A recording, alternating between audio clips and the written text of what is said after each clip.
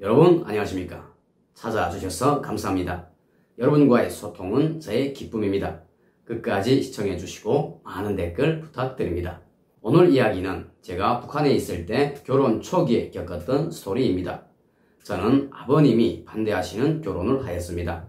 어느 날 좋아하는 여성이 생겨서 부모님께 말씀드렸더니 어머님은 며느리 될 사람의 사진을 보시고 만족해 하셨지만 아버님은 단번에 반대하셨습니다.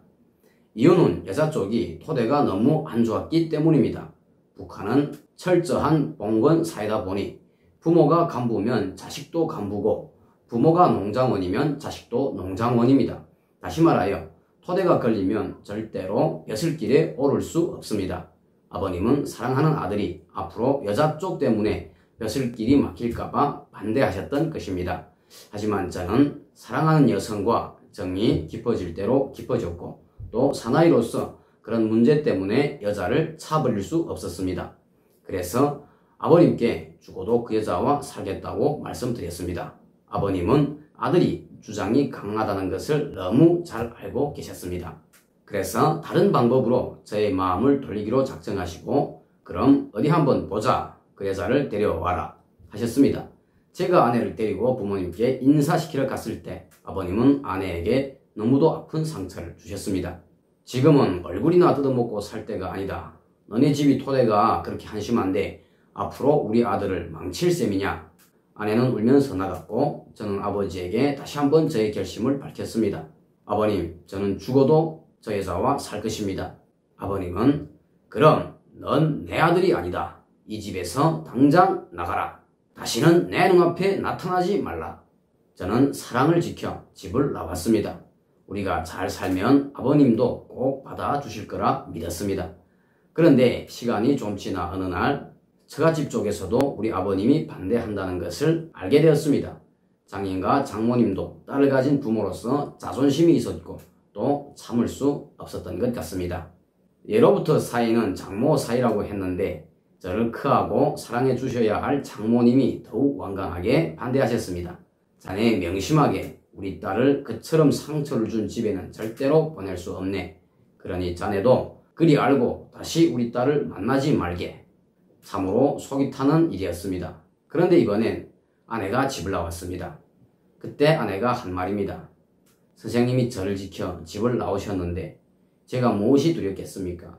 저도 선생님을 지켜 집을 나왔습니다. 그때 전 온 세상을 다 얻은 것처럼 힘이 났고 행복했습니다. 사랑이란 참으로 위대한 것이었습니다. 그때 우리는 우리 힘으로 돈을 벌어서 집도 사고 결혼식도 올리자고 약속하고 장사의 길을 떠났습니다. 저도 휴가를 받았고 아내도 휴가를 받았습니다. 아내는 공업품 장사를 하였고 저는 밀수를 시작했습니다. 그때 중국에서 개구리를 비싸게 사들였는데 제가 앉은 자리에서 개구리를 사서 중국에 넘기면 이윤이 크게 없었습니다. 그래서 힘들었지만 멀고 깊은 농촌으로 들어가 개구리를 걷었습니다. 그렇게 하면 이윤이 10배는 났습니다. 그런데 그 과정에 큰 사고가 발생했습니다. 북한의 겨울은 대단히 춥습니다. 특히 한북도와 양강도는 백두산을 끼고 있기 때문에 그 추위가 장난이 아닙니다.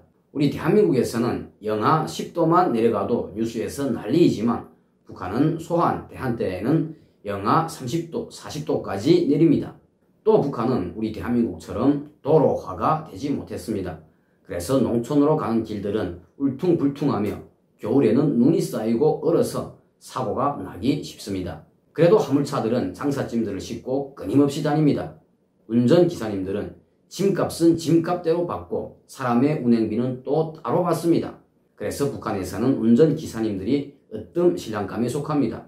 토대 때문에 벼슬길이 막히면 운전기사가 최고의 직업이라고 해야 할 것입니다. 또 여성들도 간부에게 시집갈 수 없으면 밀수꾼들이나 운전기사님들을 선호합니다. 그때 마른 개구리를 3km 정도 걷어가지고 돌아오던 중 제가 탔던 차가 내리막길에서 멈추지 않고 미친 것처럼 달렸습니다. 북한에서는 차가 제동이 되질 않아 그냥 달리는 것을 보고 차가 바람이 났다라고 표현합니다. 제가 탔던 차는 내리막의 눈길에서 바람이 났던 것입니다. 저는 순간 아찔하였고 긴장하였고 어떻게 하나 뛰어내려야겠다는 생각을 했습니다. 그런데 거기에 탔던 많은 사람들도 나처럼 생각했더라고요. 북한의 겨울은 정말 춥고 증오스럽지만 그때만큼은 감사했습니다. 북한의 농촌길은 어떤 지역에는 길의 한쪽 옆에 눈이 무득히 쌓여 있습니다. 아무리 차가 속도가 있어도 거기에 빠지면 죽지 않습니다. 또 크게 다치지도 않습니다. 제가 눈을 헤치고 나와보니 차는 물론 보이지 않았고 대신 여기저기에서 사람들이 눈을 헤치고 나왔습니다.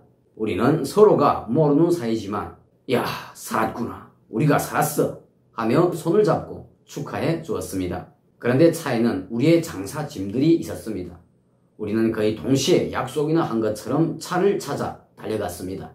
그 차도 얼마 못 가서 복희가진 눈길에서 뒤집혔습니다. 차에서 미처 뛰어내리지 못한 많은 사람들이 처참하게 다치었습니다. 우리 대한민국 같으면 119를 찾아 순간에 구조하겠지만 북한에서는 꿈도 꿀 수 없는 것입니다. 다행히도 운전기사님이 무사하셔서 우리는 차를 다시 세우고 수리해서 돌아올 수 있었습니다. 저는 우리 대한민국의 이 문명한 도로를 보면서 통일이 되면 제일 먼저 해야 할 일이 많겠지만 북한의 도로혁명이 우선이 아니겠는가, 이런 생각을 해봅니다. 감사합니다. 다음 시간에 또 뵙겠습니다.